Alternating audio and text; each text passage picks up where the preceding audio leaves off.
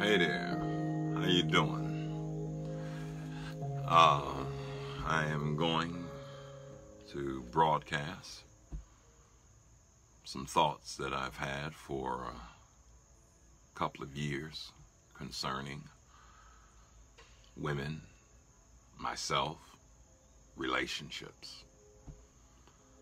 And so I just felt like I just need to go out and begin to talk about it. And especially in the climate that we're in. And some of these things you're going to see I wrote 3 and 4 years ago. And let me know if this music is too loud. I'm looking at you right now. And so, Sheldon, can you let me know? Is the music too loud?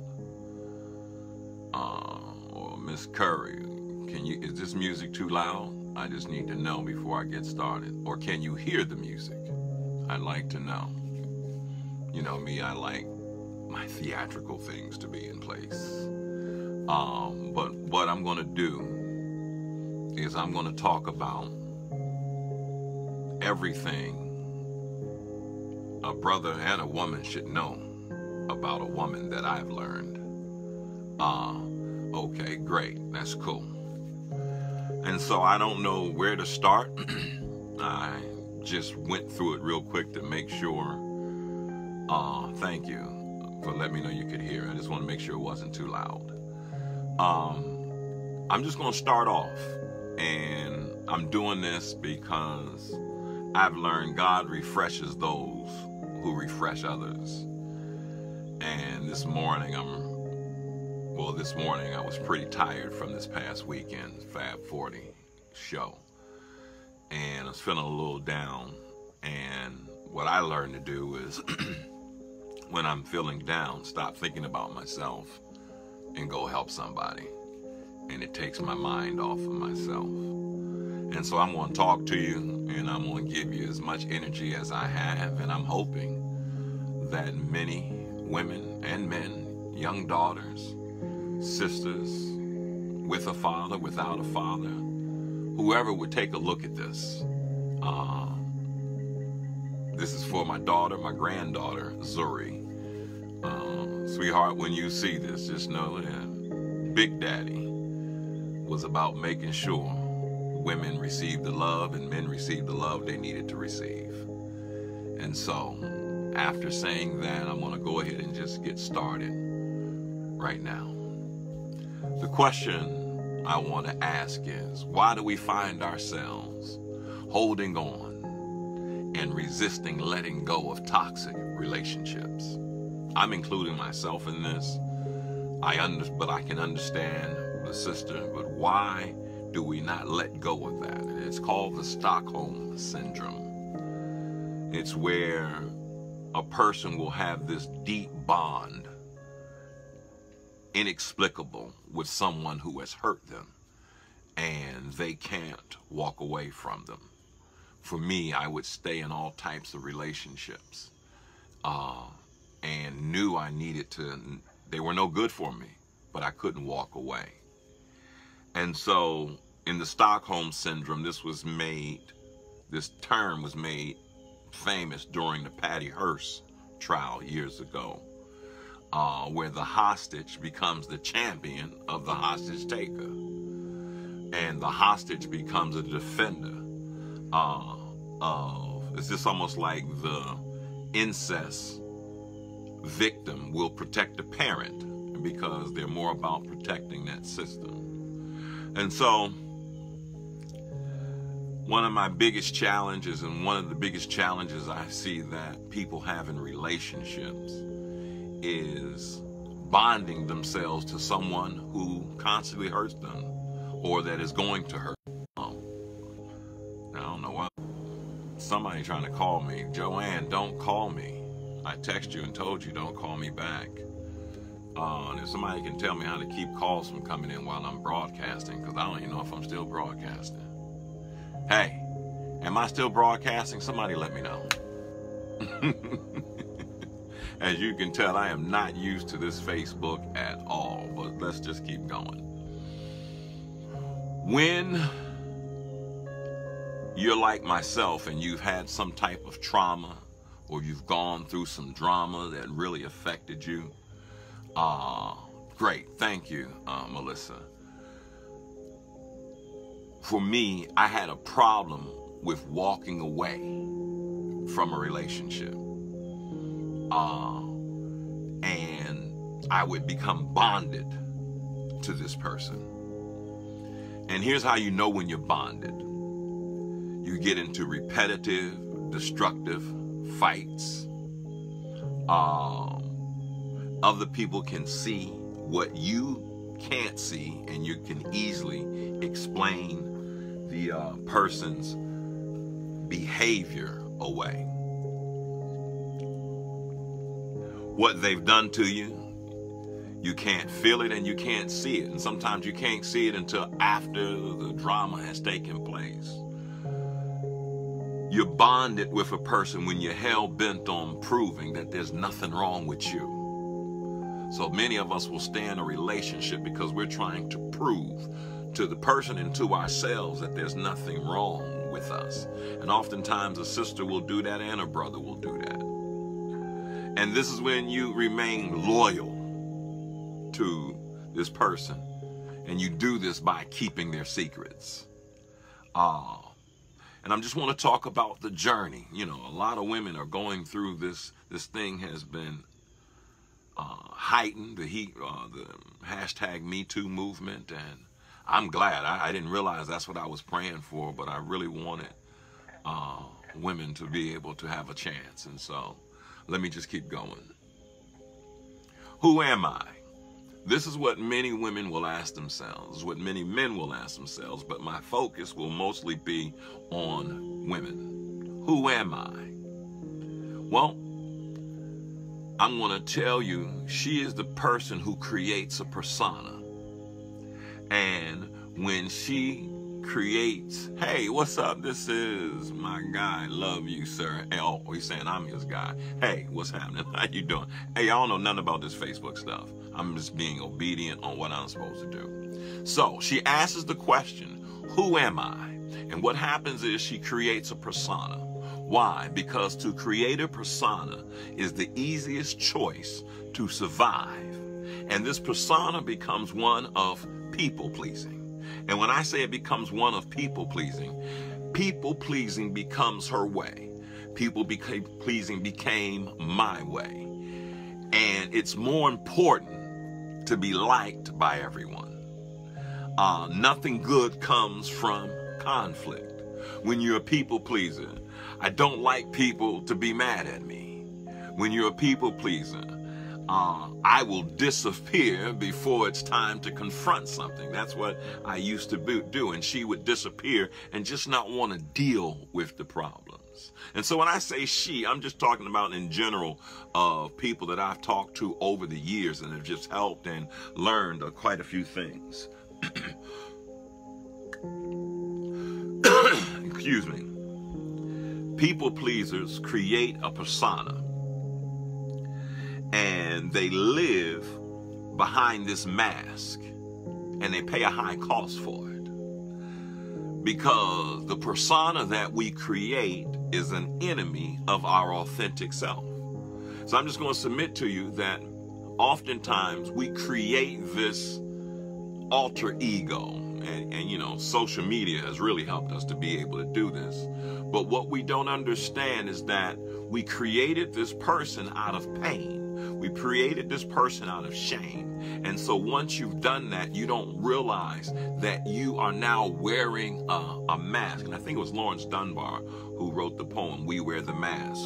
The people who grin, or Baldwin, grins and lies that hides our cheeks and shades our eyes.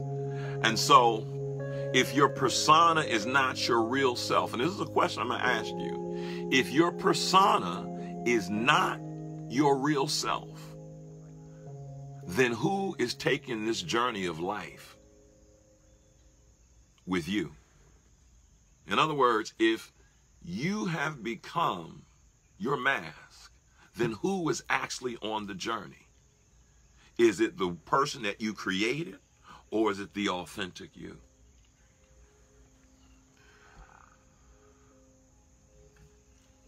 Most of our paths are established because we're hurt people and we get on the path of hurt. When your starting point is off, in other words, let's say you grew up in an environment of criticism, you grew up in an environment of abuse, you grew up in an environment of being touched, you grew up in an environment of being cussed out, you grew up in an environment of being rejected, you grew up in whatever type of these environments are. When you go to start living life, you're starting from a wrong foundation. And that foundation is not established on truth. Often it's established on the truth of the age when you were hurt. And so if you made some decisions when you were 14, 15, 12, 5, 7, believe it or not, you've already formed who you are.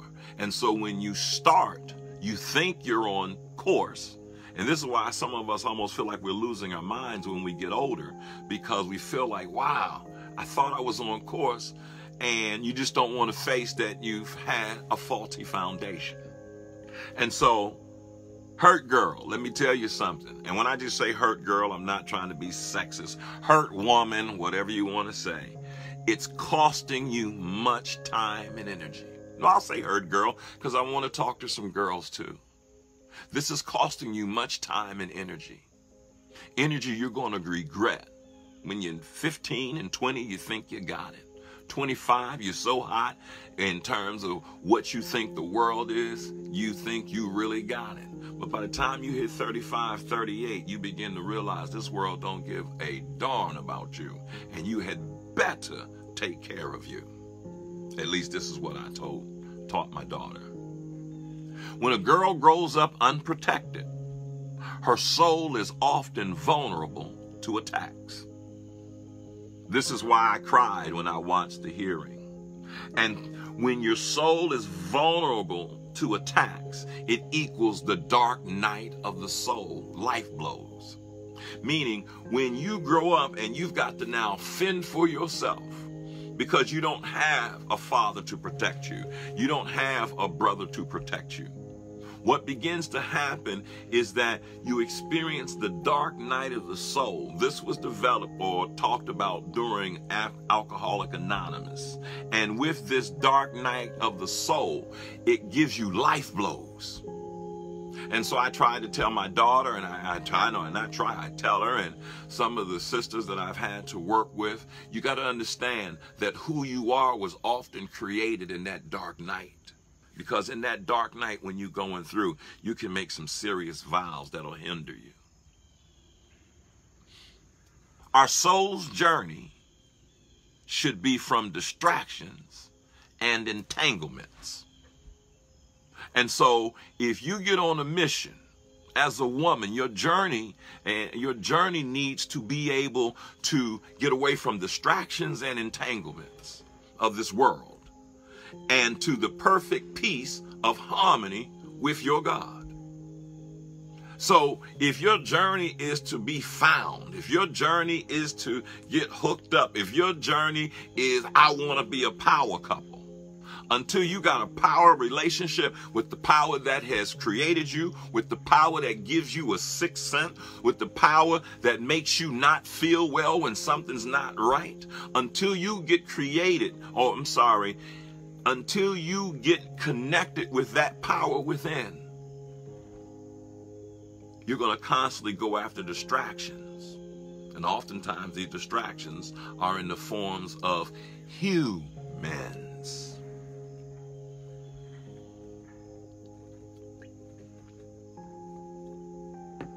Those who want out. I know I wanted out. And I'm not talking about leaving someone. I'm just saying you want out of this mental torture. You want out of this ruminating. You want out of this worrying. You want out of this, am I ever going to be happy? You want out of this mental, for me, let's just say I am a recovering PTSD person. I'll explain that to you later in some other posts. But my mind, it takes me harder to be normal. These red glasses ain't for style. These red glasses is for my mouth. Literally, one day I saw that the words of Yeshua, you call him Jesus, I call him Yeshua, and I call him Jesus sometimes, but the words in the Bible were in red. And I said, the only way I'm going to be able to change this is to start seeing things in red. So it ain't got nothing to do with rose-colored glasses. It's got me saying, hey, I am not trying to get beat down again because I got the spirit, but my mouth is just off. Now, I may say some crazy stuff, but if you knew who I was back then, you know. But excuse me, I digressed. Let's go back. Those who want out are willing to travel the road of through. I've gone through some trials over the last 10 years or so. And I realized that there's one road that we must all take, and that's the road called through. And through is the exact same road for everyone. And that road goes through the dark night of the soul. If I could give you a little wisdom, it says, enter through the narrow gate. For wide is the gate and broad and easy to travel is the path that leads to the way of destruction and eternal loss. And there are many who go through it. But small is the gate and narrow and difficult is travel, is the path that leads the way to everlasting life. And there are few who find it. I'm just going to go ahead and submit this to you now. Through is about getting on the path of pain and going through the pain. I'm going to challenge you as I challenged my daughter. And that was, you got to be willing to go through the pain, baby. You can't run from this one. You can't run from this accident. You can't run from this conversation. You can't run from this. And the reason you can't run from this, because if you want to achieve your dreams, you got to handle this internal pressure. And most of the sisters I know, sweetheart, are not willing to go through nothing. So please. I spent 15 years, I spent 10 years, and that's all I told her. I spent all these years watching women unable to handle certain pressures. Now, they can handle it because they can have a baby, but I'm saying, baby, get your mind right. And so we worked on that. Now, I know her mother worked on it too, but I know I was instrumental in that. And so, if you want out, your life is going to have to get narrow. Which means your circle of friends, and God bless you if you got 18,000 friends on Facebook, but your circle of friends has to get small if you're going to be big. If you're going to be much bigger than who you think you are, your circle of friends must be smaller.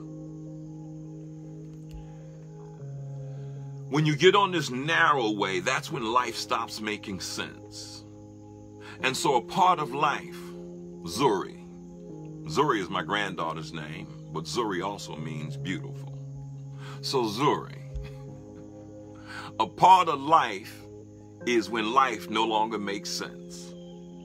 And there's going to be times where you're going to be in situations where this doesn't make sense.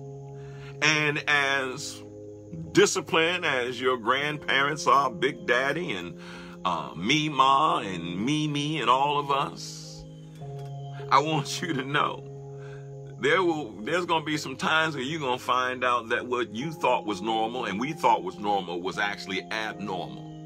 Because sometimes, we don't realize we are born into a certain environment, so we reap what we have not sown. And so there's a season that she comes to, and every woman comes to this, that the abnormal became normal in her life. And this is where you have to make a decision. Do I want to continue to do this? Or do I want to try to escape the dark night of the soul?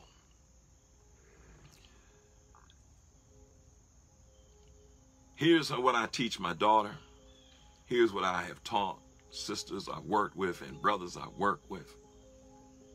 Reframe your pain and gain.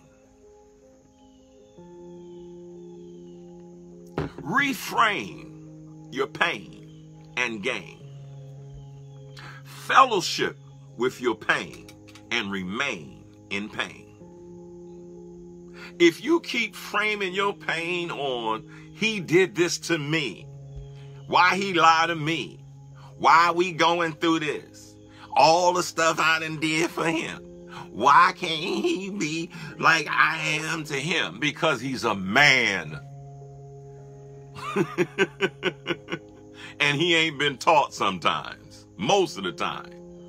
And so even myself, when I say reframe your pain and gain, because if you don't reframe your pain, you're going to fellowship with that pain. And when you fellowship with that pain, you're going to make some decisions that you need not make. Ask yourself, Zuri girl, Zuri woman, beautiful woman. Ask yourself, what is the message I'm supposed to be getting in this pain?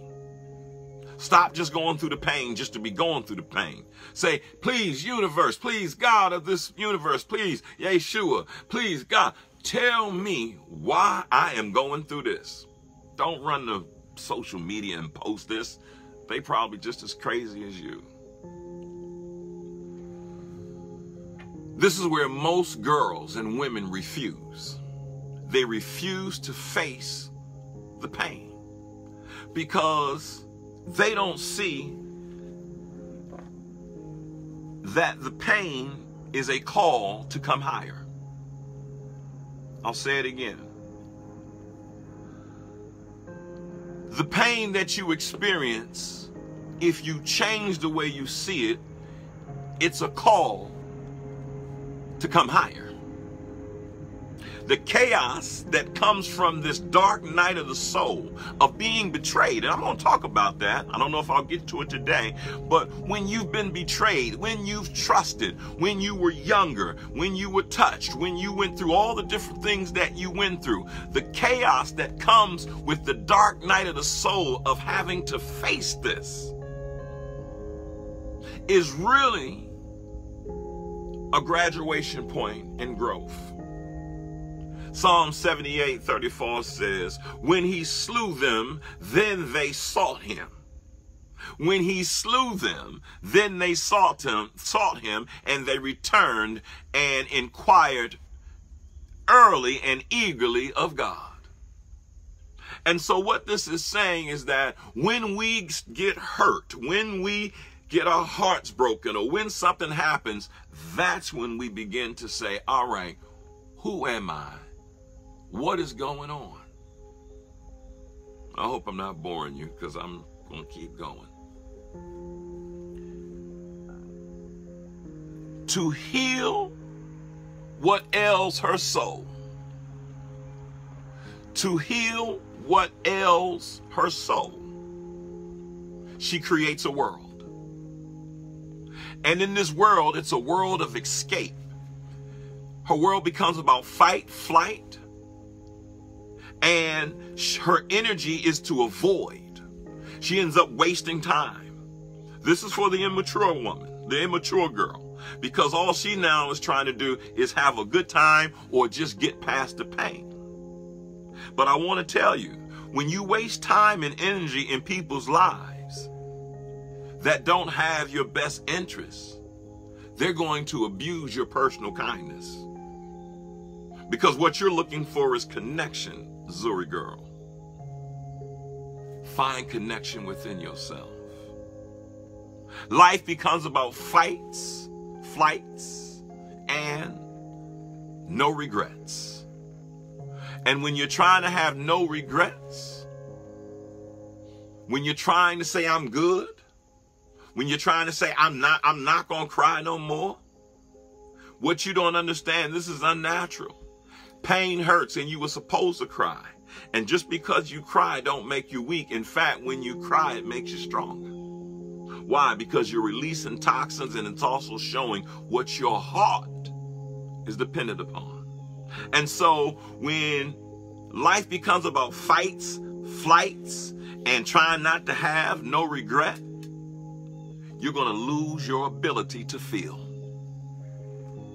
That's why a lot of women and girls, they become so hard, and I'm so sorry. I'm so sorry. This world is so messed up, man, that you literally or so messed up, sister, literally. You got to take on a man mentality just to survive. Period. I had to tell my daughter on a regular basis, this world don't give a damn about you. So you're going to have to fight. She said, please don't say that. I said, no, you have to fight for the rest of your life if you're going to get to where you're going to get to. Say this with me. I've got to get my feelings back. Because if I get my feelings back, say this, I got to get my feelings back. Because if I get my feelings back, my feelings sit in the place of my vision. I'm going to say it again. If you learn not to feel, you've also learned how not to connect with the vision and the purpose of your life. Because the vision that you may have in terms of going back to school, starting a business, raising a family, getting your life back in order, or whatever the case may be, if you have chosen not to feel, Zuri girl, beautiful woman, Zuri woman, if you've chosen not to feel, then what's going to happen is you're not going to be able to see and get insight to your vision. I learned this the hard way. You can't go where you can't feel. You can't go where you can't feel. And so I know that you had to do certain things to survive, but the goal of me talking to you now is to help you break that. Sister, this ain't about not feeling it. It is about feeling it and doing something better with it. The misuse and abuse of a girl's personal kindness causes her soul to begin a long, deep dive. I'm going to say this again. The misuse, and I wrote this I think I wrote this two years ago. The misuse and abuse of a girl's personal kindness, meaning your innocence, causes her soul to begin a long, deep dive from innocence to darkness of thoughts and actions. I'm going to say it again. When someone takes advantage of you and your heart gets ripped, your spirit gets torn, your mind gets betrayed, then what begins to happen is that you will take a dive into some serious dark thoughts and actions. And these actions are to create a high, a sense of high within yourself so that you can avoid the pain. When I was working on the boyfriend-girlfriend thing and I was trying to understand sex slavery and understand prostitution and all these different things, I learned that many of them they started drinking to be able to handle doing some of the stuff that they were doing. It's survival. I get it, and I ain't throwing no stones. Instead of the pain and hurt devastating her soul. So here's what I'm going to say.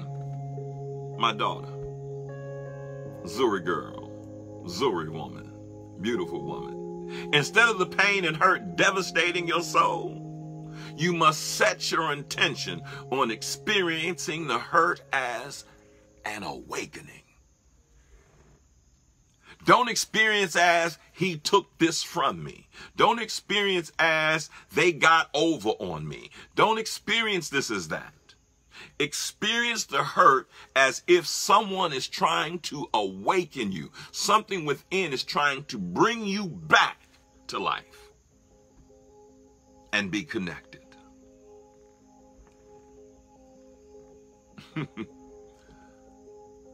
He must not make you thirsty. The drama must make you thirsty. I'm going to say this. He must not make you thirsty. She must not make you thirsty. The drama must make you thirsty. An ancient scripture from the old book. Know that on the last and most important day of the feast, Yeshua stood and called out in a loud voice, If anyone is thirsty, let him come to me and drink. He who believes in me, who adheres to, trusts in, and relies on me, as these ancient words say, from his inmost being will flow, or from her inmost being will flow continually rivers of living water.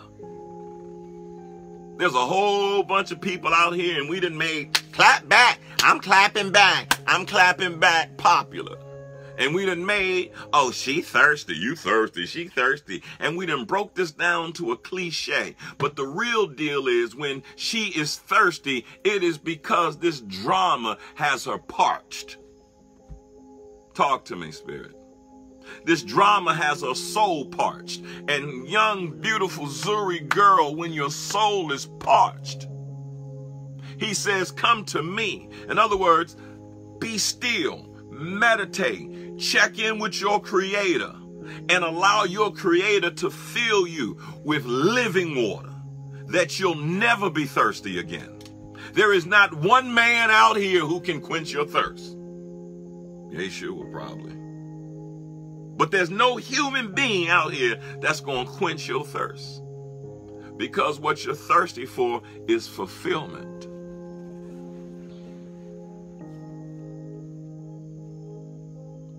And what is that? A fulfillment of hope. And hope, when it's deferred, it makes the heart sick. And I'm sick for you, my sister.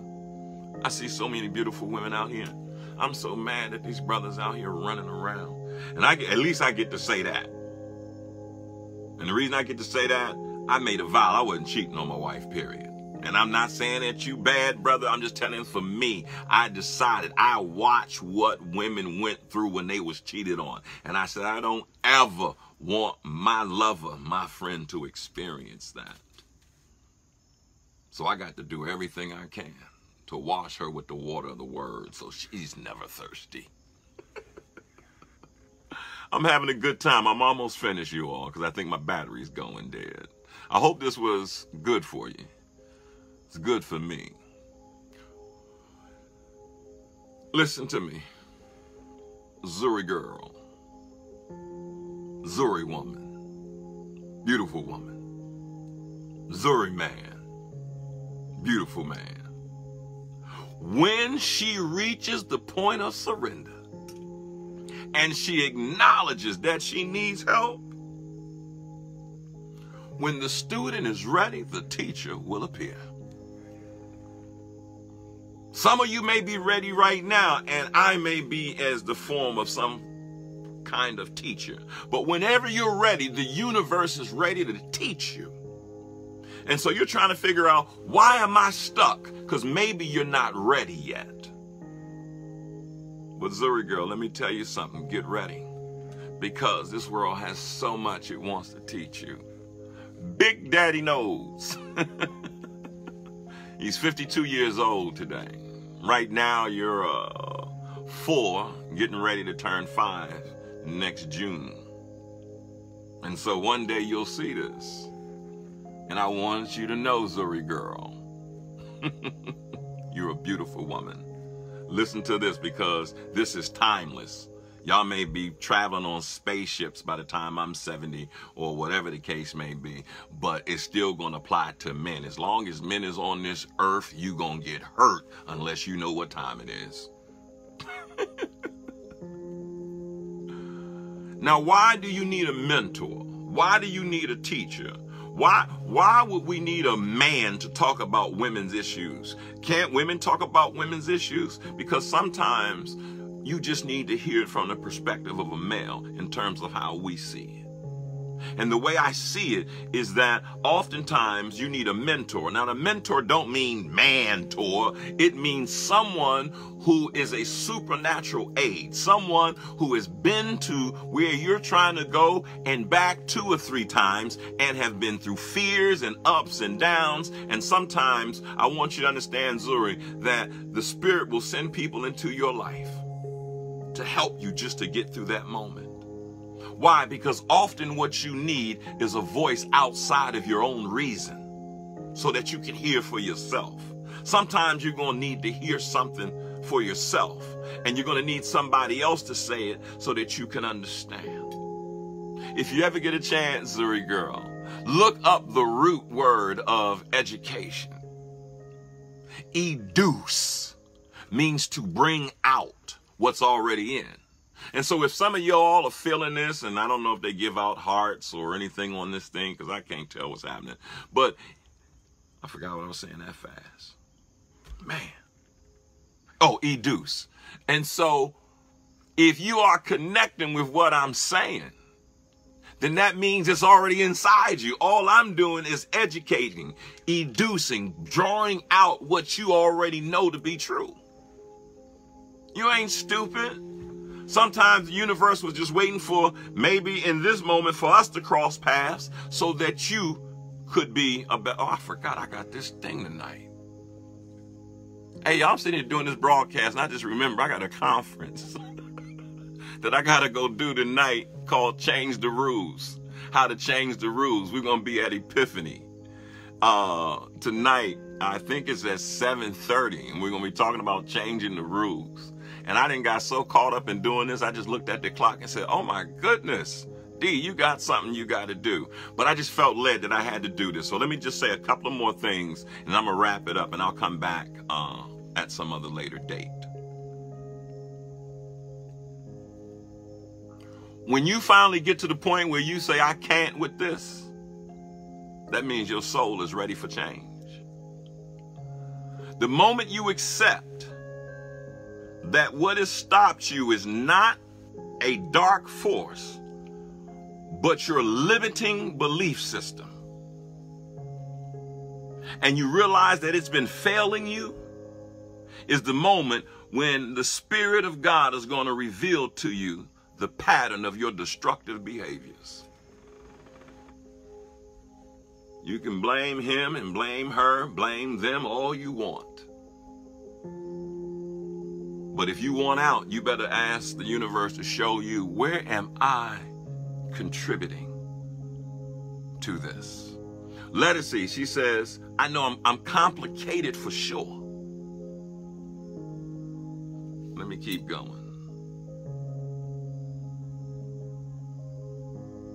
When life is sending her a message and she can't hear it, it's because she lacks discernment. All I'm going to say to you, and I'm going to end it probably right about here, you got to get rid of blame and shame. And you got to take on responsibility in terms of what I need to do to be healed. Here it is. Why didn't I see that? Why do I keep doing this? Why couldn't I think about it the way he's explained it to me, or the way that happened? How come I didn't make this choice? Why did I allow myself to be placed in such a compromising position? Because you had nobody telling you this kind of stuff. Ain't nothing wrong with you. Ain't nothing wrong with you. So here's what I'll tell you. It's about being connected. It's about energy. Who makes your energy sink and who makes your energy go up? And I'm not talking about sexual energy. I'm talking about internal energy. I often use this energy stick. You can get this at, well, Toys R Us is out of business. And if I grab this like this, nothing happens. Nothing happens. But the moment I become connected, and let me turn this down. The moment I become connected,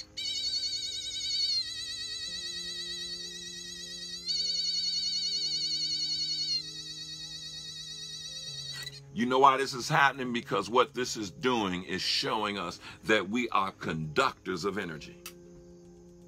And so, literally, if I don't have a recipient on the other side who's got the same frequency I got, they may grab this thing and it never light up because they ain't connected. If you want out, the first thing you're going to have to do is look at your circle of friends and who's speaking into your life and make a decision. Because what you want to do is be able to connect yourself. And once you get connected with you, the same power that is now generating because there's metal on this side and there's metal on that side, and because my human body is a conductor of energy, I make the decision on whether or not this energy is going to be used for purity or arguing. Hey, I love you, and I beat you to it. I thank you for listening, all you beautiful people. If you can, send me, I don't know how y'all send messages on this thing. Send me something. Let me know what you got out of it. Is it worth it? I'm beginning to do a little something in the spirit, which I haven't done in a long time. And I'm just preparing to see what type of audience we have, and is this a need for this? If you've enjoyed this, I'm sure whoever runs the Facebook page will get back to you. Let me pray for you. Father, bless everybody under the power of my voice. Let them find peace and let them get reconnected to themselves. I thank you for love. I thank you for suffering. And I thank you for everything you allowed me and my wife to go through, and my friends in the past, friends of old, friends of new. I thank you, Lord, that I don't have an unforgiving bone in my body, because it's just time to live. Now bless those who are listening, Father, that they may be connected and that they will get their energy and it will become pure. You're a beautiful person. Ain't nothing wrong with you. I love you, and I beat you to it. Amen. I'm going to go ahead and stop this thing.